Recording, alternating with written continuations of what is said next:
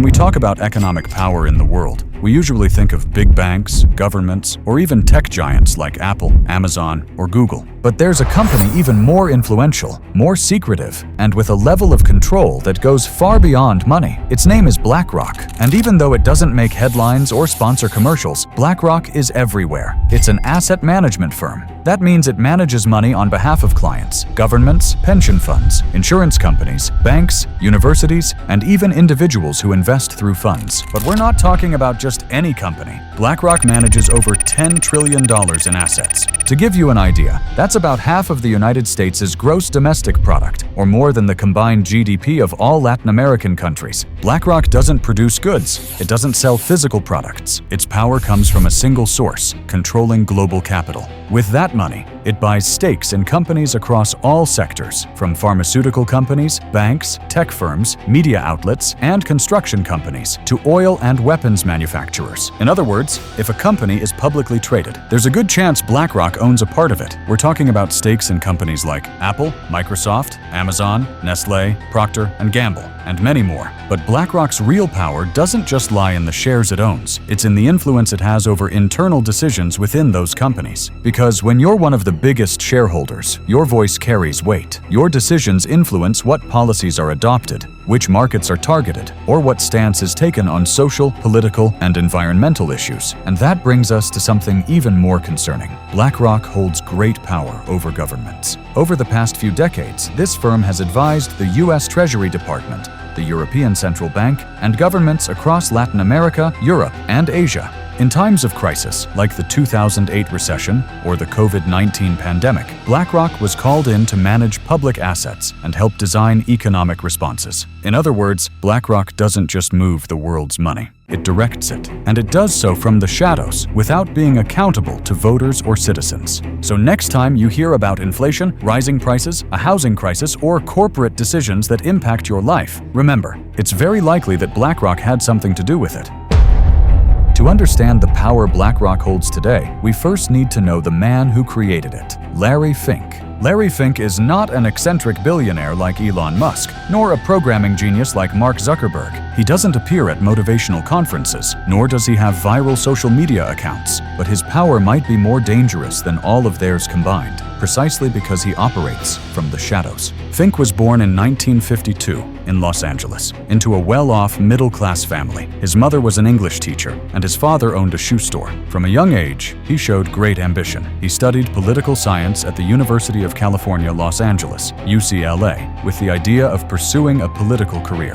And that's where he had his first revelation. Politics gives you power, but money guarantees it. He quickly changed the course of his life. He gave up on political aspirations and dove headfirst into the world of finance and investment. He specialized in mortgage bonds and began his career at First Boston, a major investment bank in New York. There, Larry was exceptional. He was a pioneer in a type of financial product that would later become infamously known: mortgage-backed securities. For years, he generated billions of dollars for the bank. He became a Wall Street star, but that winning streak wouldn't last forever. In 1986, a series of bad investment decisions led Larry Fink to lose $100 million of the bank's money, a mistake that came at a high price. The result? His reputation crumbled. He was fired. He went from being a financial ace to a toxic and marginalized figure in the industry. For many, that would have been the end of the story. But Larry Fink wasn't like most people. Instead of hiding, he used that failure as a brutal lesson in risk. And he vowed that if he ever got back in the game, he would do it differently, with total control over risks, and above all, with total control over the business. And that's how, in 1988, together with 7 partners, he founded a small investment management company. He gave it a sober, discreet, even boring name: BlackRock. What started with barely $5 million under management would soon become a financial monster that would swallow the entire world.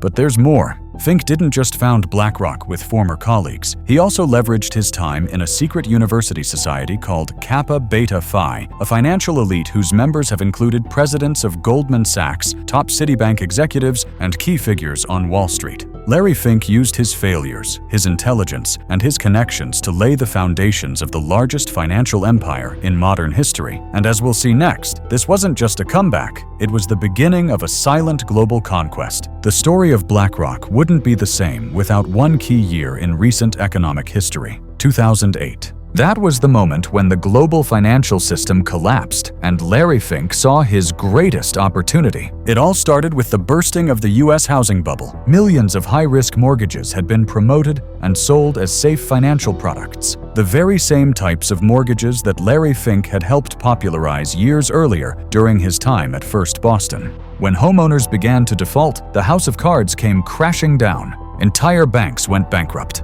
Lehman Brothers disappeared. The global financial system was on the brink of total collapse. It was the worst crash since the Great Depression of 1929, and in the middle of the chaos, BlackRock emerged. While other firms were suffering massive losses, BlackRock survived. Why? Because Larry Fink had learned from his mistake back in the 80s. His obsession with risk management meant his company had avoided the most toxic assets in the system. But BlackRock didn't just survive, it thrived in the crisis. Thanks to its reputation for caution, BlackRock was chosen by the US government to manage the most sensitive assets from failing banks. The Federal Reserve and the Treasury Department gave it no-bid contracts, allowing BlackRock to operate with full freedom and minimal oversight. Imagine that for a second. The government is in crisis. It doesn't know what to do with billions of dollars in collapsing bank assets, and it hands over the keys to the financial system to a private company. BlackRock went from being just another asset manager to becoming the emergency doctor of the global financial system.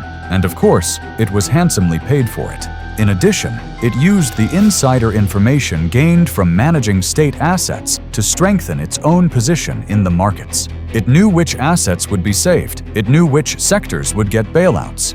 It was playing a game with marked cards. But the most important thing was the symbolic shift. After 2008, BlackRock stopped being seen as just a financial firm and began to be treated as a key institution for global order. From that moment on, Larry Fink started receiving direct calls from the White House. He sat down with presidents, finance ministers, and central bankers. He was no longer just a money manager. He was a system architect. And this was just the beginning, because with its growing influence, BlackRock was now ready to expand its control from Wall Street to the rest of the planet. While the financial world was rebuilding itself after the 2008 collapse, BlackRock was already playing the next game, and it wasn't doing it with bankers or investments, but with algorithms. Alongside its rise as an asset manager, BlackRock had been developing something revolutionary, a technological system that would forever change how investment decisions are made. Its name is Aladdin, and no, it's not a reference to the magic carpet, although it very well could be,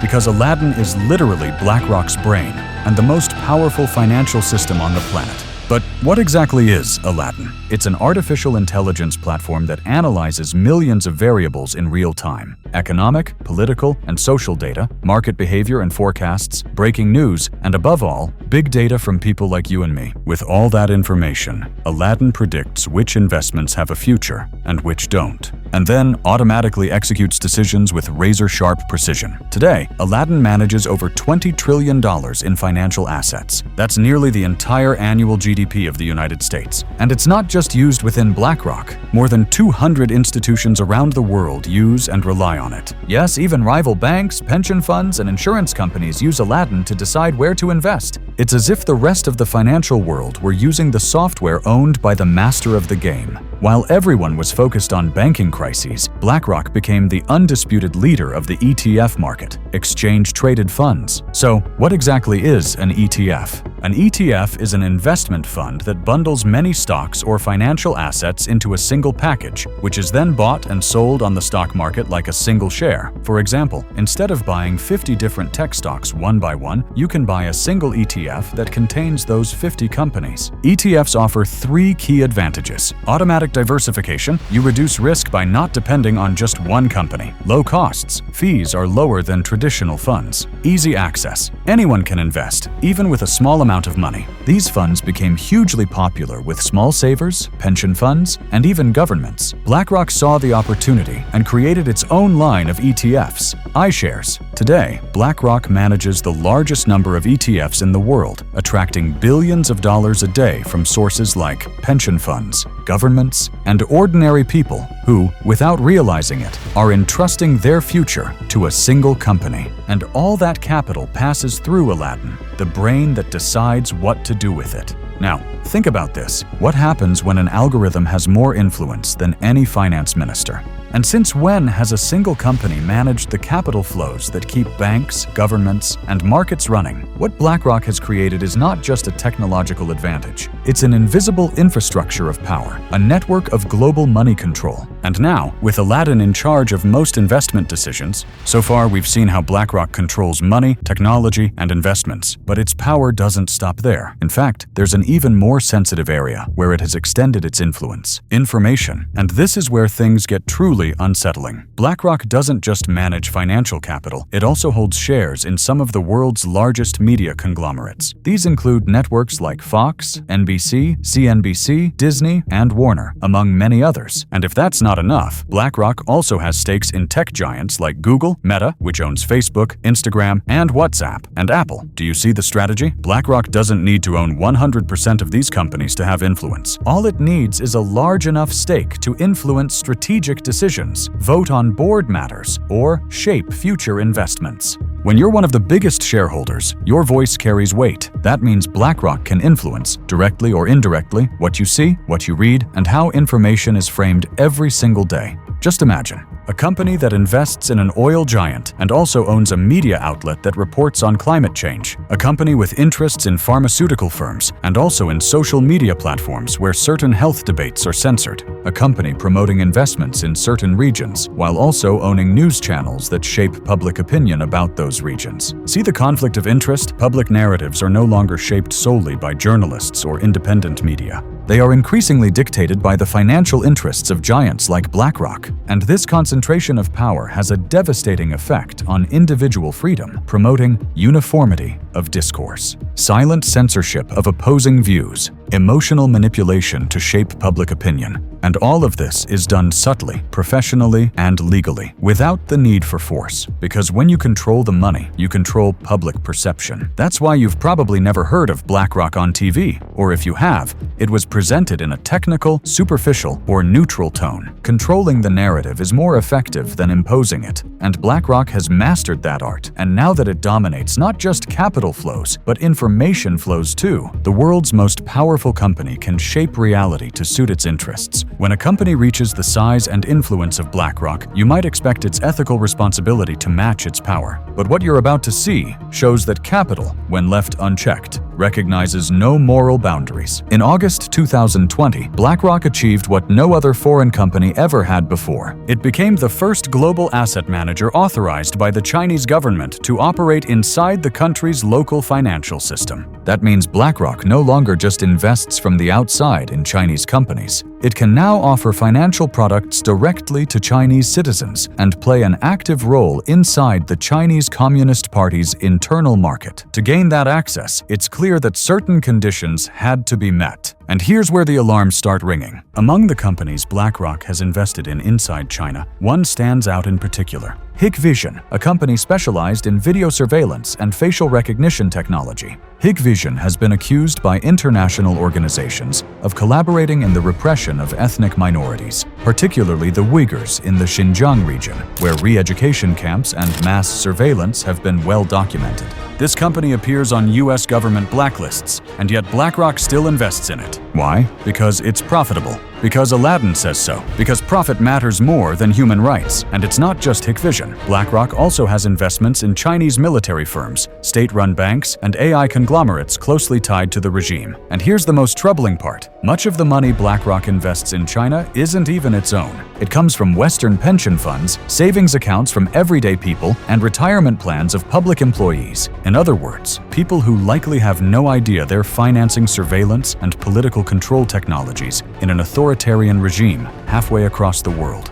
And how could they know? There's no transparency, no public debate, no headlines in the press, because BlackRock doesn't need your permission to move your money. And this is where ethics completely dissolve. Can we really talk about socially responsible investing when money is funding a regime that imprisons and surveils its own citizens? What does it mean to have a good ESG score while pouring capital into countries without freedom of expression or labor rights? For BlackRock, these dilemmas seem irrelevant because the goal is clear: maximize return on investment, no matter the cost, anywhere in the world. And so, what might seem like just another economic move becomes a real threat to democratic values and universal human rights. And while deals are signed and numbers are exchanged, the question remains: can a company with this level of power operate without any kind of moral or institutional oversight? Why can't you afford a home anymore? Have you ever wondered why it's getting harder and harder to buy a home? Why prices are skyrocketing, even in cities where housing used to be relatively affordable? The answer might surprise you, or maybe not, if you've followed the story so far. BlackRock is also responsible. In recent years, BlackRock has been buying thousands of homes in key urban areas across the US, Europe, Canada, and other markets. But it doesn't do it like a traditional real estate agency. It does it as part of a systematic financial strategy to turn housing into a large-scale speculative asset. Instead of allowing young people or families to buy a home to live in, BlackRock buys them in bulk, often paying above market value, pushing the average buyer out of the game. The goal? To become the dominant landlord. They don't want you to buy your home. They want you to rent it from them. And here's a key point. When a single company begins to hold that level of control over the housing market, it can implement strategies such as artificially inflating prices, restricting supply at will, setting increasingly rigid and arbitrary rental terms, and extracting high, steady profits for decades. BlackRock doesn't act alone. This phenomenon occurs alongside other megacorporations like Vanguard and private equity giants like Blackstone.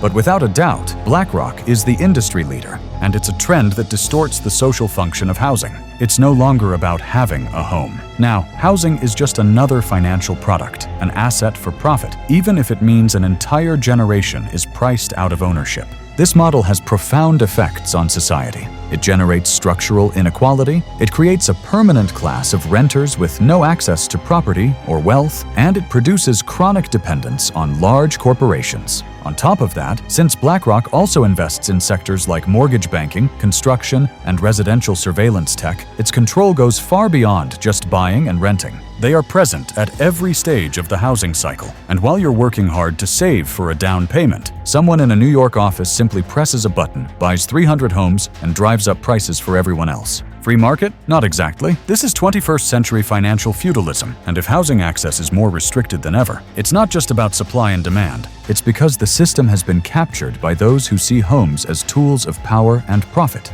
In 2018, the aforementioned Larry Fink did something that surprised many on Wall Street. He published an open letter to the CEOs of companies where BlackRock held stakes, demanding more than just profits. In that letter, Fink said companies must contribute positively to society or risk losing BlackRock's support as an investor. It was a powerful, even admirable, message on the surface. A megacorporation suddenly talking about sustainability, social impact, purpose. It felt like an ethical stance in the middle of aggressive capitalism. But, as with most things in the BlackRock universe, the story isn't that simple. From that moment, BlackRock became one of the biggest promoters of the ESG concept, which stands for environmental, social, and governance. In essence, ESG is a kind of moral score for companies. If a company appears green, inclusive, and speaks the right corporate language, its ESG score improves. This makes it more attractive to institutional investors, including BlackRock's own funds. It sounds great in theory, but in practice, it has created a system that rewards appearances and punishes dissent. A company can earn ESG points for running inclusive ad campaigns, jumping on trendy causes, or making vague green promises, even if its actual operations remain polluting, exploitative, or authoritarian. Meanwhile, if a company refuses to play along or stays neutral on social or political issues, it risks losing investment. Not because it's unprofitable, but because it doesn't align with the narrative BlackRock helps shape.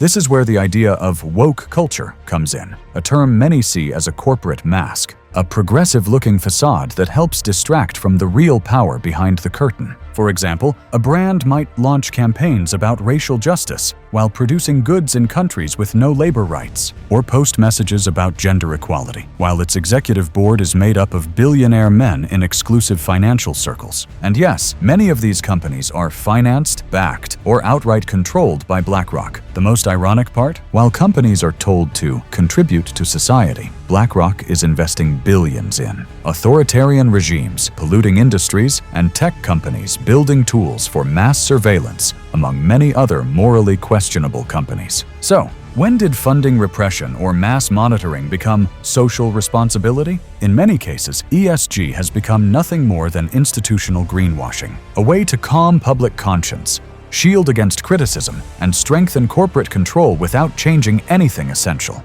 And most disturbingly, there's no real transparency. No independent ethical authority regulates these ESG scores. So, who decides what's socially acceptable? Who defines what behavior is investable and what's not? BlackRock has positioned itself as both judge and participant in a system where social values become market tools. What was supposed to be a moral commitment has turned into a form of soft power, another way to impose its influence, now not just over governments and markets, but over the moral narrative of an entire era.